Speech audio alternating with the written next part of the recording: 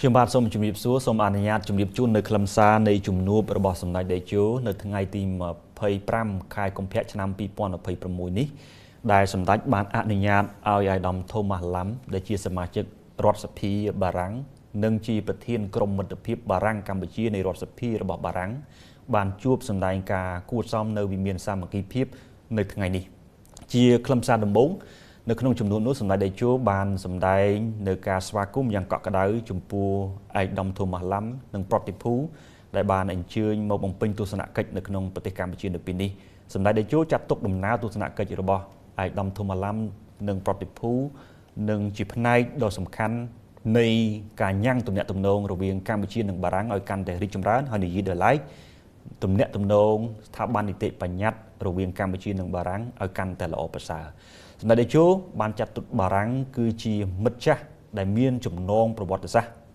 ដ៏យូរអង្វែងជាមួយគ្នាហើយជាមិត្តមួយដែលតែងតែធ្វើកិច្ចសហការជាមួយគ្នាយ៉ាងស៊ីជម្រៅជាមួយគ្នាកន្លងមកនៅក្នុងឱកាសនោះឯកឧត្តម Thomas Lam ដែលជាប្រធានក្រុមមិត្តភាពបារាំងកម្ពុជានៃរដ្ឋសភាបារាំងបានសម្ដែងនៅការអរគុណជាពន្លឹកចំពោះសម្ដេចតេជោដែលបានអនុញ្ញាតឲ្យឯកឧត្តមនិងប្រតិភូបានជួបសម្ដែងការគួរសមនៅវិមានសាមគ្គីភាពនៅថ្ងៃនេះដោយឯកឧត្តមបាន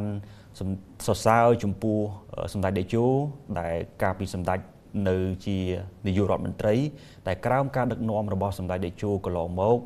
គឺប្រទេសកម្ពុជាមានភាពរីកចម្រើនហើយមានសេដ្ឋកិច្ចល្អប្រសើរជាពិសេសនោះគឺឯកឧត្តមបានវិយតម្លៃចំពោះសន្តិភាពដែលរកបានដោយសម្ដេចតេជោកាលពីអតីតកាលហើយឯកឧត្តមក៏បានរំលឹកផងដែរថាការកន្លងមកបារាំងក៏បានចូលរួមចំណែកនៅក្នុងការស្វះស្វែងរកសន្តិភាពចំពោះប្រទេសកម្ពុជាជាពិសេសគឺកិច្ចព្រមព្រៀងទីក្រុងប៉ារីស23ដុល្លារឆ្នាំ1991ដូច្នេះទំនាក់ទំនងរវាងកម្ពុជានិងបារាំងគឺមានភាពល្អប្រសើរហើយឯកឧត្តមក៏បានលើកឡើងថាដំណើរទស្សនកិច្ចរបស់ឯកឧត្តមនិងប្រតិភូនៅពេលនេះក៏ជាផ្នែកមួយនៃការចូលរួមចំណែកដើម្បីត្រៀមរៀបចំចូលរួមជាមួយកម្ពុជាក្នុងការត្រៀមរៀបចំនៃកិច្ចប្រជុំកំពូល Francophonie ដែលនឹងរៀបចំនៅក្នុងប្រទេសកម្ពុជានៅចុងឆ្នាំនេះហើយក៏នឹងត្រៀមទទួលទស្សនកិច្ចរបស់ឯកឧត្តមប្រធានាធិបតីបារាំង Emmanuel Macron មកកាន់ប្រទេសកម្ពុជានៅពេលខាងមុខផងដែរដែលតាមរយៈសកម្មភាពនេះจะឆ្លុះបញ្ចាំងអំពីទំនាក់ទំនងស៊ីជម្រៅរវាងកម្ពុជានិងបារាំងនៅក្នុងឱកាសនោះសម្ដេចតេជោបានសម្ដែងនៅការអរគុណចំពោះការលើកឡើងរបស់ឯកឧត្តមសមាជិករដ្ឋសភារបស់បារាំងដែលបានសរសើរចំពោះបទពិសោធន៍ក៏ដូចជាក្រោមការដឹកនាំរបស់សម្ដេចតេជោកន្លងមកសម្ដេចតេជោក៏បានរំលឹកអំពីទស្សនកិច្ចរបស់ប្រធានាធិបតីបារាំង Emmanuel Macron នឹងមកកាន់ប្រទេសកម្ពុជានោះនឹងជាចំណុច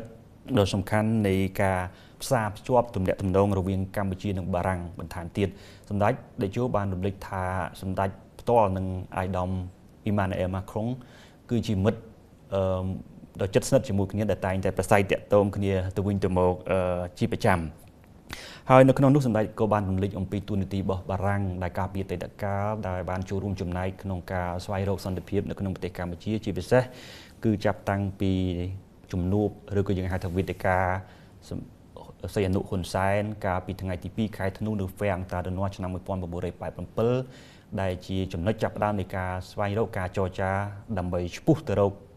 សន្តិភាពតាមរយៈកិច្ចព្រមព្រៀងទីក្រុងប៉ារីស23ដុល្លារឆ្នាំ1991នោះដូច្នេះបារាំងបានចូលរួមចំណែកជាច្រើននៅក្នុងការពូនជ្រុំនៅសន្តិភាពនៅក្នុងប្រទេសកម្ពុជាហើយបន្តមកទៀតសម្ដេចតេជោក៏បានរំលឹកអំពីទូនាទីរបស់បារាំងក្នុងការចូលរួមក្នុងផ្នែកអភិវឌ្ឍនៅក្នុងប្រទេសកម្ពុជាដែរតែជាសកម្មភាពដែលបារាំងបានជួយនៅក្នុងការអភិវឌ្ឍសម្រាប់កម្ពុជារបស់យើង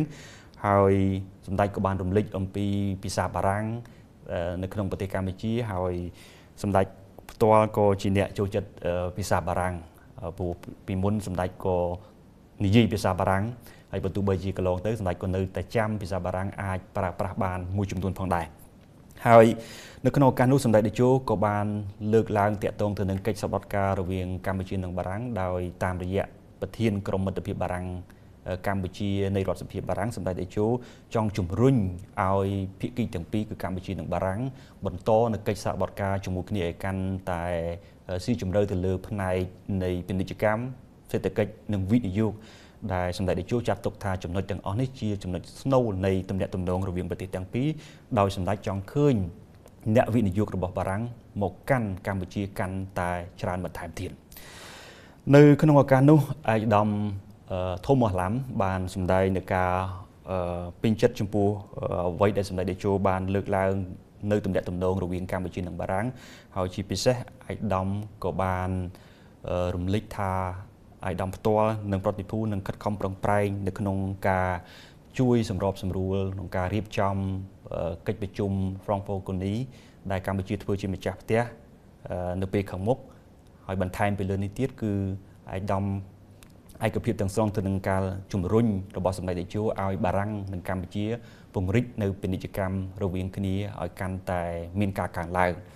ហើយឯកឧត្តមផ្ទាល់ក៏នឹងខិតខំប្រឹងប្រែងក្នុងការផ្សព្វផ្សាយក៏ដូចជាគៀងគោដើម្បីធ្វើយ៉ាងណាឲ្យអ្នកវិនិយោគនៅក្នុងប្រទេសបារាំងមកវិនិយោគនៅក្នុងប្រទេសកម្ពុជាឲ្យកាន់តែច្រើនបន្ថែមទៀតជាចុងក្រោយសម្ដេចតេជោបានសម្ដែងក្តីរាយនឹងជូនពរឲ្យប្រតិភូបំពេញទស្សនកិច្ចនៅក្នុងប្រទេសកម្ពុជាឲ្យទទួលបានជោគជ័យខ្ញុំសូមជម្រាបជូននៅខ្លឹមសារដោយសង្ខេបប៉ុណ្ណឹងបាទ